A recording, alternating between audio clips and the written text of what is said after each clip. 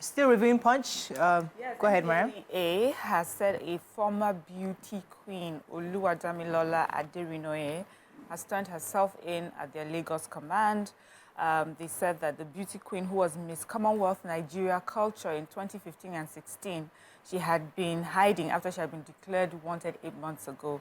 So they said January 24th this year, they had raided her apartment in Lekki and they found 606 grams of Canadian loud, a synthetic strain of cannabis, an electronic weighing scale, and those things were recovered from her, including a car and and a large quantity of drug packing plastics. So I guess there's a particular plastic that they used to pack their drugs, and NDLA was aware, and so she had gone missing for 8 months, and she had been declared wanted. She turned herself in on the 28th of August, and, NDLA is going to proceed with the investigation. That is such a sad story. It is. That she's also known as the founder of Queen Christmas Foundation, and they put up her picture. It's really sad, that to come to this height, to be known for something good, and then on the other side, you're selling drugs or dealing in drugs. This is really sad. Of course, there are other stories of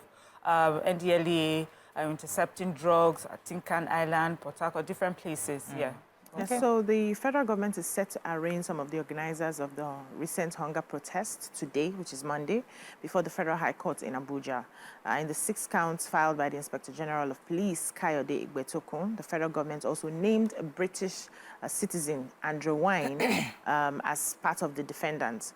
And in the charge sheet, they said the defendants were accused of treason, destabilizing the country, intimidating the president, and destroying the NCC in Kano, among others. So the IG specifically accused the protesters of acting in concert and conspiring with the intention to destabilize the country, to commit felony treason between July 1st and August 4, 2024. So they said, the protest, which is the end bad governance in Nigeria, commenced August 1st, ended on the 10th, and they were, the reason for the protest in response to the economic hardship experienced by the citizens. But according to the figures revealed by the human rights lawyer Femi Falana, he says that a total of 2,101 individuals were arrested during the 10-day nationwide protest. And he also added that out of the arrested protests, a total of 1,403 have been arraigned in courts and remanded in prisons due to lack of legal presentation. So they went ahead to mention all the names of, the people that have been arrested so far. Okay, so I have a human interest story in Punch, and it somewhat bothers me because usually when we have this kind of stories in Lagos, we somewhat see there is a progression to how the perpetrator is arraigned. So in this story, 2 brothers in their early 20s have raped a 14-year-old girl. I think they withheld her name in Rivers State. And what was gathered by Punch was that this girl was sent by her mother to her uncle's house. And then these 2 brothers, their names are here somewhere. One is called Honest, the other is called Okukwe.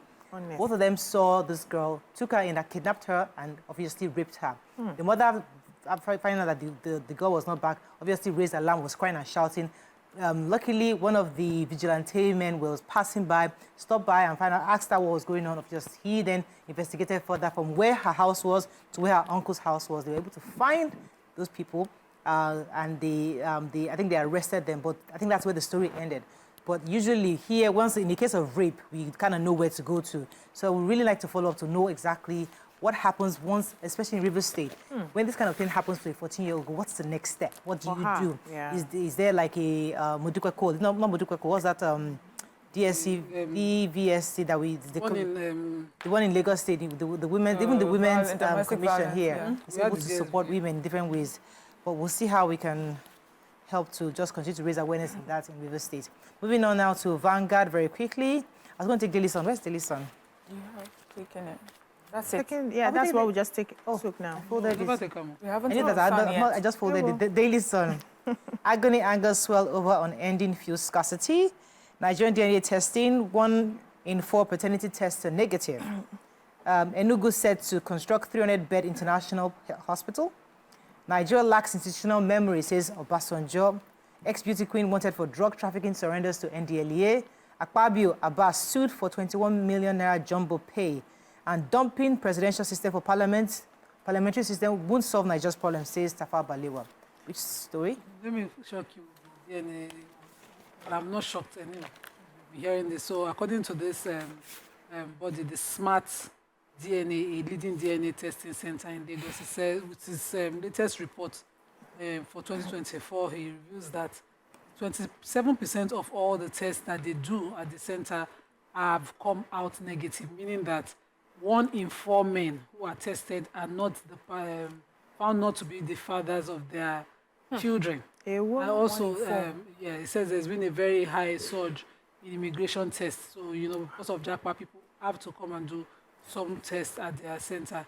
Said an overwhelming 73.1% of DNA tests were conducted in Lagos with a stark divide between mainland and island. So mainland has 67.5%. Island people too, they do tests, but it's 32.5%. And the outcome is the one that is catchy. The headline. 1 out of 4. Out of every 4 father, no being born in Shine. It's so high. That's scary. 27% comes out negative. Wow. This is a conversation. As in, I mean, what's going on? we always have it, but it's good to have data, We have Yes, data. data is... Any other story? Yes, I have the former president, Olusegun Obasanjo. He was on a Zoom meeting, or Zoom event. It was the 70th birthday and book lecture that was presented, a book lecture presentation and launch of his biography called Against All Odds. It was written by Yakno Osho. And during the presentation, he said something I find, very important. He says that the thing with Nigeria is that we don't do well with our ability to keep records. He said that we keep this, he says it's important we keep records to preserve the past, capture the present, inspire the future. Failure to keep records is like losing the sense of history. When you lose your sense of history, you lose your memory, which can lead to calamity. When we keep records, we keep memories intact. So the writer had worked with the former president for 25 years, and a librarian for many years. And he also spoke about the importance of keeping records. He says that he's always kept records. In fact, that there's nothing that the former president would ask of him that he does not have an answer to, because he keeps records. And he talked about history being brought back to curriculum is very important. And he also appealed to the federal government to please look at the abandoned National Library project. And that is important, for us to have that running. Yeah. Okay, so let me take the story from former PDP presidential candidate, Dr. Abdul Jalil Tafawa. He has said that the adoption of parliamentary system is not going to work on Nigeria. He was speaking yesterday at an event saying that we've tried that between 1960 and 1966, that he doesn't believe it's going to work, that what we need is what we've always said on this table, a modified democracy that will fit our own system. Introducing something new, according to him, would be radically different, and it would be too costly for us, and it won't make much sense. He also advocated that we should restructure the country such that each region is specialized in a certain sector. So, for example, we were saying that the Southwest can concentrate on the service industry. The Southeast can concentrate on marine industry, manufacturing, and commerce. He said that the South could stay with just the petroleum manufacturing derivatives, and the North could concentrate on agriculture. So he was just saying that we have to restructure so that each region has that area where they concentrate on, and then we can all contribute to the center. But he believes that parliamentary will not work for us at this time. Yeah, quickly, the Enugu State government has announced that it's embarking on the construction of a 300-bed ultra-modern quaternary health facility to be known as the Enugu International Hospital.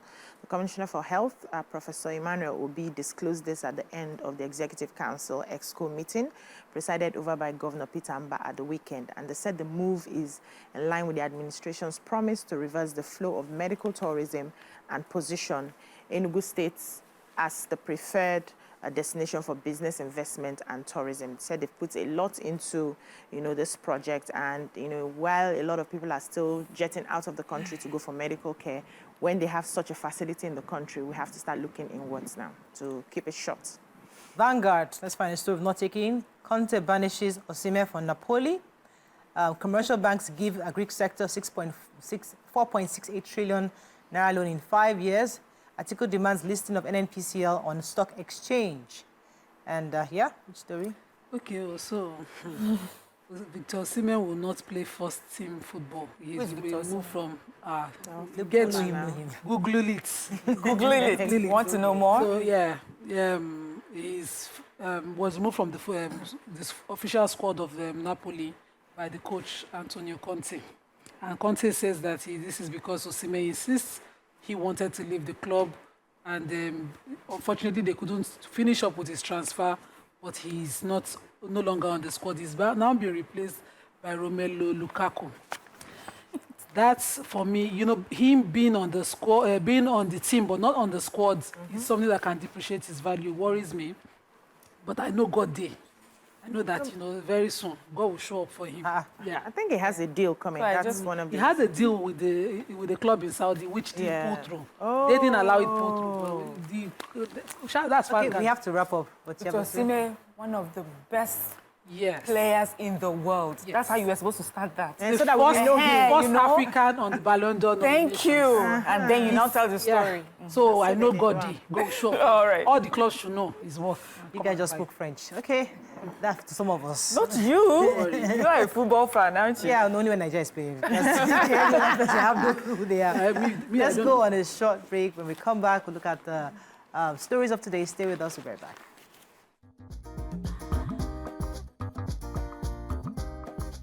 Stay tuned. Your View will be right back.